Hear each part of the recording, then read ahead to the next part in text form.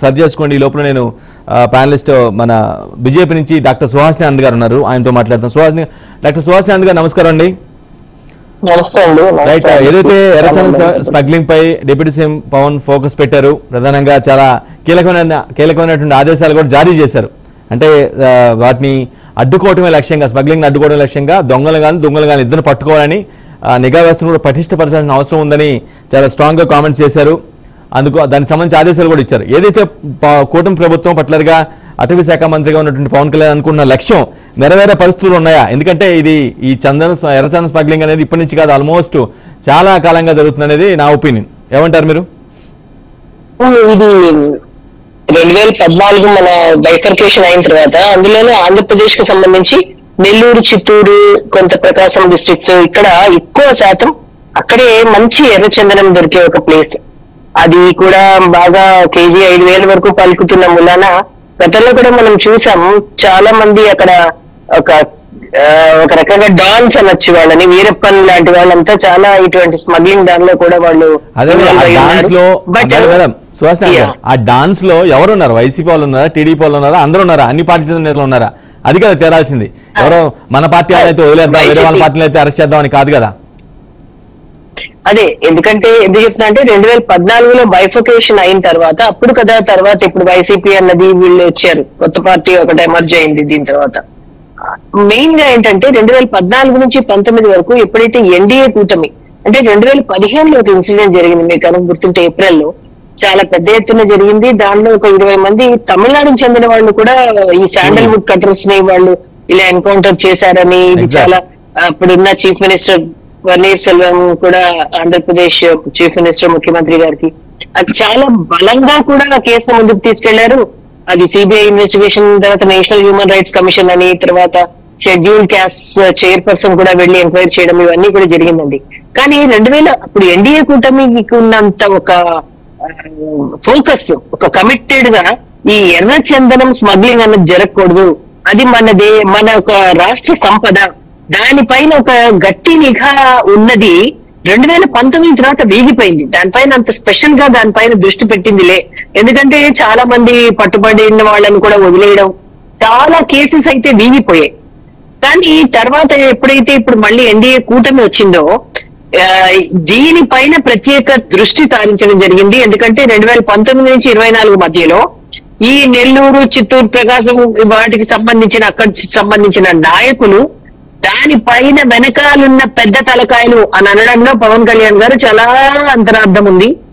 చాలా వరకు దానిపైన రిపోర్ట్స్ రావడం వల్ల అది మన రాష్ట్ర సంపద, అది అక్రమ రవాణా అయ్యి వేరే దేశాలకి తరలిపోతుంది అన్న ఒక దాని మీద అటవీ శాఖ కూడా ముఖ్యంగా డిప్యూటీ సీఎం అయిన పవన్ కళ్యాణ్ గారు టేకప్ చేయడం వల్ల ఒక్కొక్కటి ప్రక్షాళన దిశగా ముందుకు వెళ్తున్నాయండి.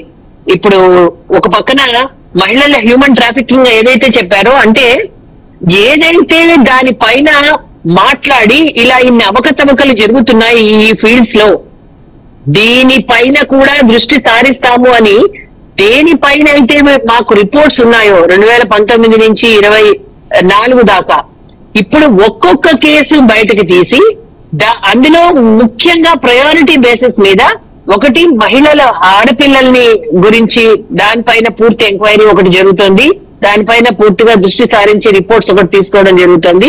అండ్ రెండోది ఈ ఎర్ర చందనం స్మగ్లింగ్ విషయంలో దానికి సంబంధించి ఆ ఏరియాలో ఇప్పుడు మీరు అన్నట్టు ఏదైతే ఏ పార్టీ అని అన్నారు, వైసీపీ పార్టీకి దానిలో కీలకంగా వ్యవహరిస్తున్న నాయకులు ఎవరైతే ఈ కడప, ప్రకాశం, చిత్తూరు ఇక్కడ ఉన్నారో, సో దాని పైన కూడా పూర్తిగా ఇన్వాల్వ్మెంట్ ఉంటుంది అన్న ఒక కోణంలోనే దీనిపైన ఒక ఎంక్వైరీ జరుగుతుంది. అందులోనూ 172 మెట్రిక్ టన్స్ ఆఫ్, అందులోనూ 1,90,00,000 వర్త్ ఆఫ్ ఎర్రచందనం వెళ్ళిపోయింది. అంటే ఇప్పుడు ఎందుకు వైసీపీ వాళ్ళు మాట్లాడుతూ 2 నెలల క్రితమే మేము నేపాల్ గవర్నమెంట్ దగ్గర పర్మిషన్స్ అవి తీసుకోవడం జరిగింది, దీనిపైన అప్పుడే మేము స్పందించాము అని మాట్లాడుతున్నారు. సో అసలు దానిపైన ఏం చర్యలు తీసుకున్నారో వాళ్ళు, ఈ విషయం తెలిసిన తర్వాత కూడా గత ప్రభుత్వం ఎంతవరకు దీన్ని టేకప్ చేసిందా, ఇదే దానిపైన అరెస్ట్ అయిన వాళ్ళు కొందరిని అలా విడుదల చేసేశారు.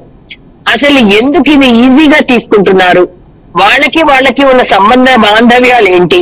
సో దానిపైన కొంత దృష్టి సారించి ఇప్పుడైతే దానిపైన ఒక ఇన్స్ట్రక్షన్స్ అయితే పవన్ కళ్యాణ్ గారు పాస్ చేయడం జరిగింది.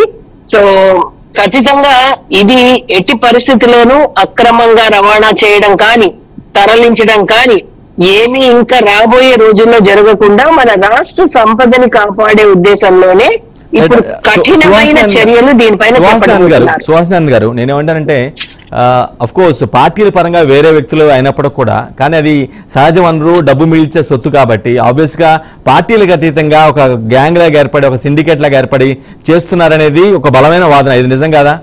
పార్టీలకు అతీతంగా అందులో ఎవరైనా ఉండొచ్చు, టీడీపీ ఉండొచ్చు, జనసేన ఉండొచ్చు, వేరే పార్టీ కూడా ఉండొచ్చు, ఈవెన్ బీజేపీ కూడా ఉండొచ్చు, చెప్పలేం. మళ్ళీ ఇప్పుడు ఇందులో రెండు కాంట్రవర్షియల్ ఉంది మీ స్టేట్మెంట్ లో. పార్టీలకు అతీతంగా అంటే అసలు పార్టీలు అని ఏంటి?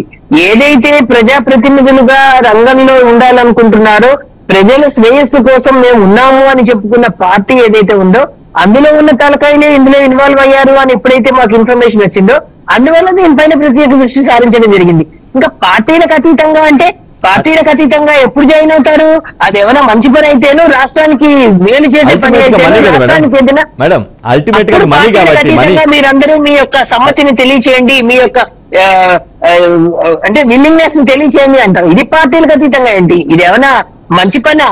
ఇది మేడం మీరు ఆ పాయింట్ నా లాజిక్ మిస్ అవుతున్నారు. మనీ అది డబ్బు మిగిల్చే వనరు కాబట్టి, సొత్తు కాబట్టి, డబ్బు మీద ప్రేమ ఆశతో మేబీ కొలీడ్ అయ్యారు అనేది ఒక వాదన, బలమైనటువంటి వాదన. అది నేను చెప్పేది. పార్టీలకు అతీతంగా అంటే ఇన్ ద సెన్స్ అందులో ఆ వ్యాపారంలో ఆ సిండికేట్ లో అన్ని పార్టీ చెందిన నేతలు ఉన్నారు అనేది ఒక పాయింట్.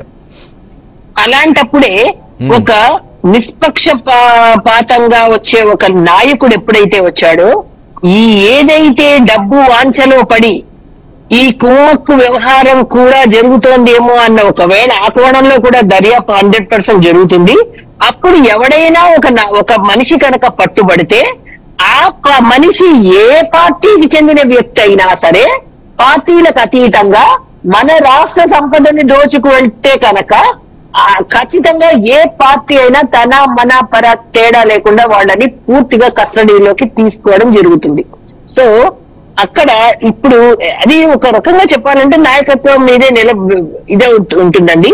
దీనిపైన ప్రత్యేక దృష్టి సారించారు అంటే ఒక పద్ధతిగా ఇది ఉండకూడదు అని చిత్తశుద్ధితో అది దానిలో జరుగుతున్న అవకతవకలు తీసేయాలి అన్న ఉద్దేశం పవన్ కళ్యాణ్ గారికి ఉంది కాబట్టే దీనిపైన ఇంత కట్టుదిట్టమైన చర్య తీసుకుంటున్నారు. ఎనీ పార్టీ అండి, అది ఒక వైసీపీ అయితేనే మేము చర్య తీసుకుంటాము, ఎన్డీఏ కూటమిలో ఉన్న వాళ్ళైతే చర్య తీసుకోమన్న విధంగా మీరు అడుగుతున్నారేమో.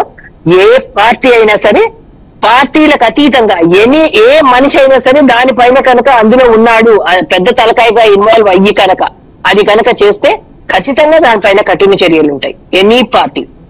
సుహాసిని గారు, క్విట్ ప్రోకో లాగా అంటే ప్రజాప్రతినిధుల యొక్క ఒత్తిడి ఏ విధంగా ఉంటుందో, అంటే కింద స్థాయి ఉన్నటువంటి అధికారులు ఎవరైతే వాటిని కాపాడాల్సినటువంటి అధికారులు, ఫారెస్ట్ అధికారులు కావచ్చు, ఆ శాఖకు సంబంధించిన అధికారులు కావచ్చు, వీళ్ళలో కూడా చాలా మంది దీని ద్వారా అంటే వాళ్ళ ఒత్తిడికి లోనవటమో లేదంటే డబ్బు మీద ఆశతోనో మొత్తానికైతే బాగా దానికి సరెండర్ అయిపోయి బీభత్సంగా ఎర్న్ చేశారు, సంపాదించారు దీని ముసుగులు అనేది ఒక బలమైనటువంటి వాదన. ఇందులో నిజం లేదా?